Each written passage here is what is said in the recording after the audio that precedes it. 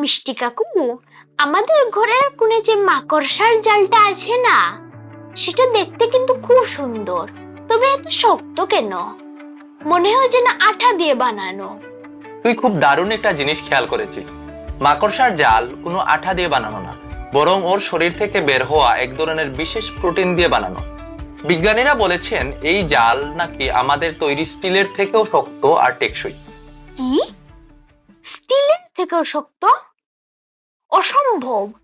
এত চিকন সুতোতে কিভাবে এত শক্তি এলো? হ্যাঁ, অবাক লাগছে তাই না? জালটা যতই চিকন দেখাক, এর ভেতরের প্রোটিন অণুগুলো এমন ভাবে সাজানো থাকে যে একদিকে ভীষণ শক্ত আর অন্যদিকে নমনীয়, তাই টানলেও সহজে ছিঁড়ে না। আচ্ছা, তাহলে মাকড়সা নিজেই কি তার জালে আটকে যায় না? আমি তো একদিন ধরেছিলাম জালটা বেশ আঠালো, কিন্তু মাকড়সা নিজে কেন আটকায় না? না, আটকায় না। তোকে একটা মজার কথা বলি, মাকড়সার সব সুতো আঠালো হয় না। জাল বোনার সময় ওরা আসলে দুই রকম সুতা ব্যবহার করে। বাইরের দিকের যেসব সুতো থাকে সেগুলো একেবারেই আঠালো নয়, সেই সুতোর উপর দিয়েই মাকড়সা নিশ্চিন্তে হাঁটে।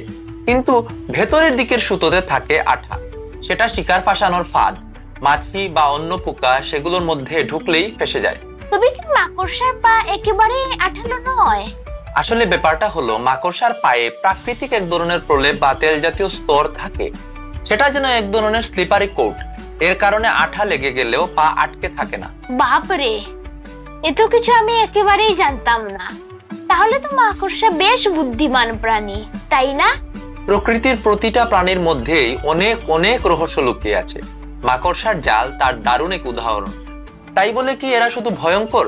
একদম না, বরং ভীষণ বুদ্ধিমান আর কৌশলী প্রাণী।